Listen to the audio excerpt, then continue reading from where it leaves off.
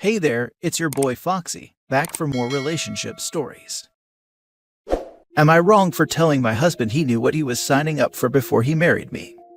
My husband, 38 male, and I, 36 female, have recently got into a conflict over my closeness to my best friend, 36 female. I've been friends with Anna since we were in kindergarten, and we even went to the same college. After college, we moved into a nice one-bedroom apartment together to save money. As we grew and got our funds together, we invested in a 3-bedroom and 2-bathroom house that we renovated together, and we have lived there together for 5 years now. 4 years ago, I met my husband and we instantly clicked. After a few weeks, he met Anna, and over the 2 years we dated, we all hung out several times together. He proposed, and we ended up talking about our future. Rob wanted us to move in together, but I didn't want to move out of my house into an apartment, and he couldn't afford to make the investment in a house together, so I talked to Anna, and Rob moved in with us a couple months after. After we got married, he talked to me about how my friendship with Anna made him deeply uncomfortable. I'm very close with Anna, and there are no filters when we talk together. We have sleepovers sometimes, and go out on little dates, but that's how we've always been. Rob has never previously voiced discomfort with how we are, despite knowing us for 4 years, and I think he only is doing this because I recently told him how Anna confessed her love for me when we first bought the house together. I got angry when he said this, and told him this is what he signed up for. And if he had a problem with it, then he should have told me years ago. I love my husband deeply, but I'm not willing to get rid of Anna just because he's insecure. We have been distant for a few days, and I feel I shouldn't have been blunt, but it's the truth.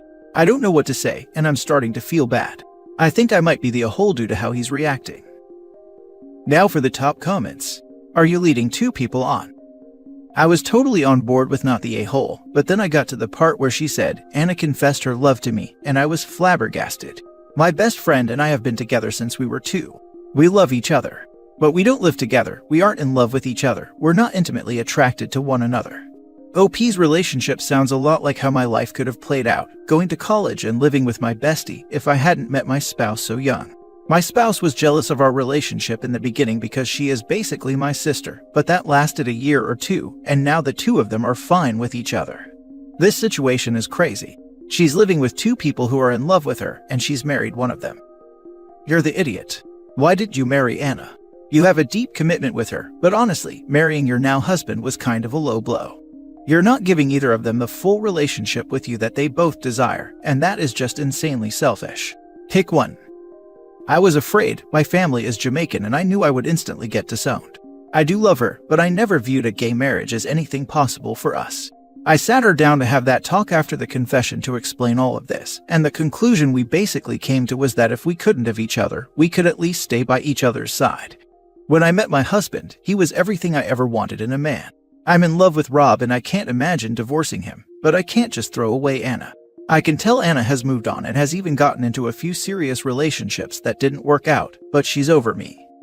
Was on your side, till you said Anna confessed her love and you just told him recently.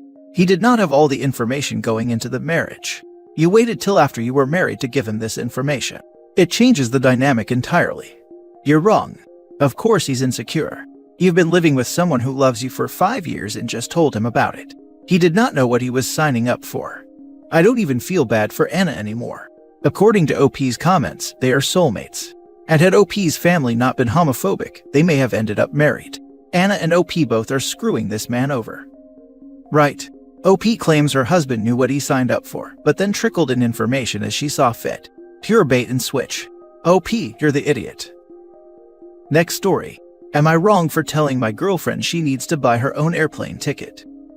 I booked a 2-week vacation to Europe about 7 months ago, including flights and lodging. My new girlfriend of 5 months said she wants to come with me. I told her I would love that, but she'd have to pay for her own flight. I told her I could include her in my hotel accommodations and would pay for food, tours, attractions, etc. She said she cannot afford the flight, which costs about $700 since she is booking last minute. She asked me if I could buy her plane ticket, and I told her I did not budget for another plane ticket, and that I thought it was already fair for me to pay for other things on the trip for us. She said she really wanted to spend this vacation with me, and said this could be her early anniversary or birthday gift to her, and I would not need to buy her a gift. I told her another plane ticket was not in my budget. She said I make more money than her and I should be able to afford it, I just don't want to take her. I told her I would love for her to come, but I cannot buy her plane ticket because I did not budget for it, and I have other financial obligations. I told her she either needs to pay for her own ticket, or I'll see her when I come back home. She told me to forget about it, because I am acting selfish when we are supposed to be a partnership, and said, hopefully I will still be here when you get back. Not wrong. Who's spending $700 on an anniversary gift or birthday? This is nutty. Right. I do love her, but the relationship is still new and that is a lot of money. Well, I think you can safely assume what you're getting yourself into if you choose to stay in a relationship with this person. Not wrong. Your girlfriend is not entitled to that type of spending, but clearly she thinks she is. Enjoy your vacation. While there, be sure to notice how much more relaxed you are away from this woman. Well, I might not have a girlfriend when I get back according to her, so. She's doing you a favor. She is too selfish to be long-term material. If she leaves you over this, you don't want her back when you get home. It's been 5 months, not 5 years. Don't let her manipulate you now or she'll never stop. Not wrong. It's been 5 months, you're still in the honeymoon phase of getting to know each other, and you just learned 2 very important pieces of information about her. She believes she is entitled to your money, and she has no problem pulling the emotional blackmail crap when she doesn't get her way. Pull the plug on the relationship now before you get used to her behavior. It isn't going to get better. Absolutely this. Emotional blackmail is the perfect way to put it. It's incredibly manipulative and very gross behavior. The absolute cheek of inviting yourself onto a trip and expecting that the other person will foot the entire bill. Jesus Christ, how do people like this get into relationships? Next story. Am I wrong for not letting my homeless boyfriend move in with me? Hi. I am 30 female who has been dating this guy 27 male for almost 3 years. We have been on again off again, and honestly, it's beginning to show that it's just not working. But we do love each other and he makes me feel safe, but we just both want different things. I have a good career, own my 2-bedroom condo, my car and so on, so I want my partner to be my equal. He used to work on cars, but then got fired for attitude problems, and was a delivery driver up until Sept of last year. He was living rent-free at a friend's house, until that friend decided to sell the home and move out of state. My boyfriend and his cat are now living with his brother and his wife, while not contributing to bills.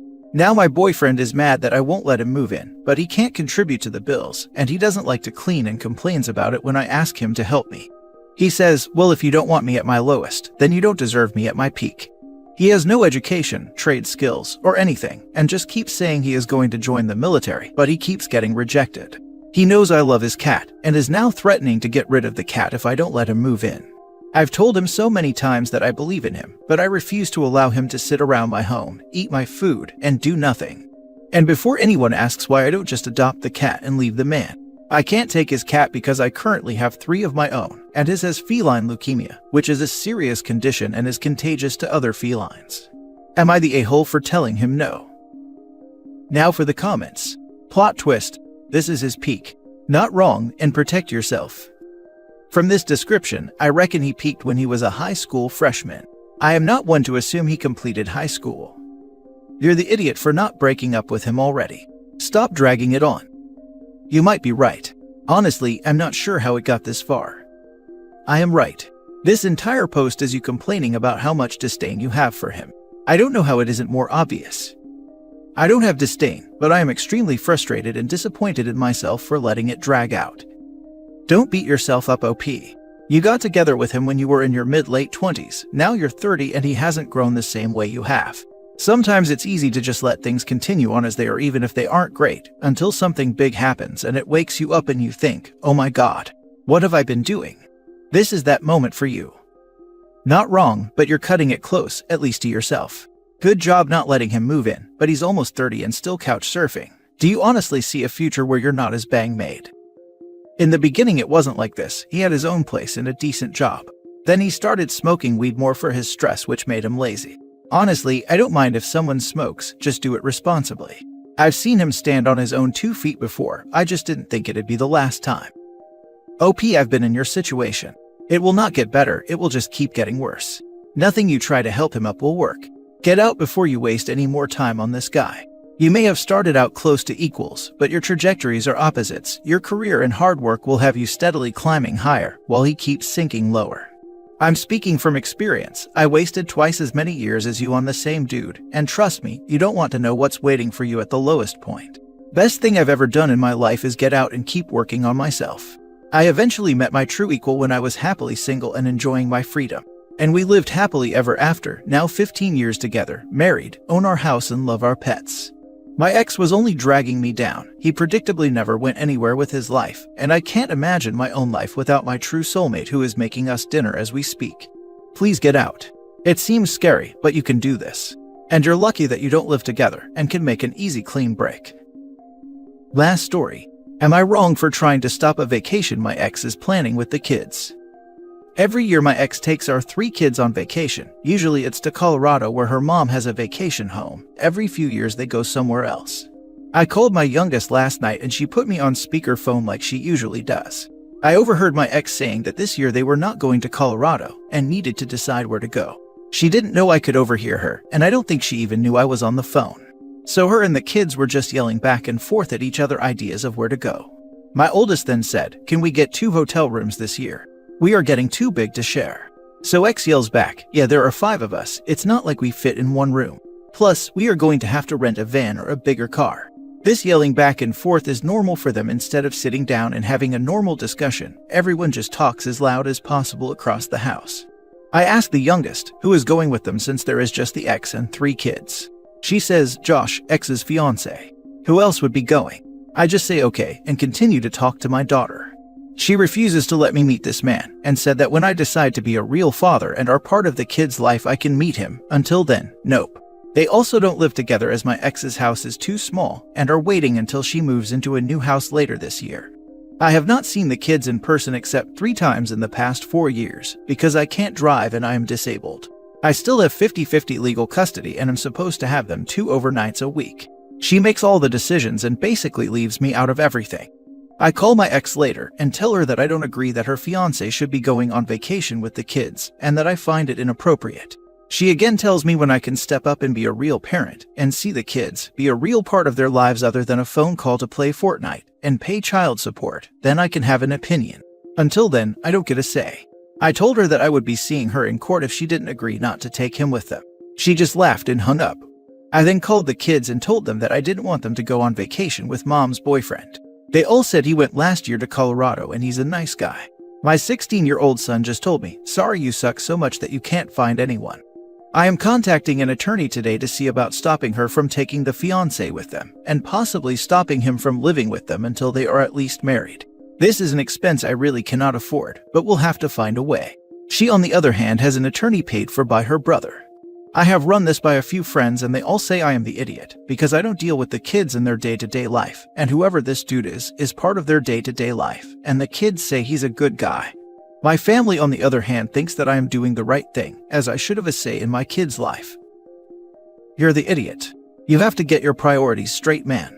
You're willing to hire an attorney to prevent your ex from taking her boyfriend on that vacation, but you don't do anything to actually get that 50-50 custody.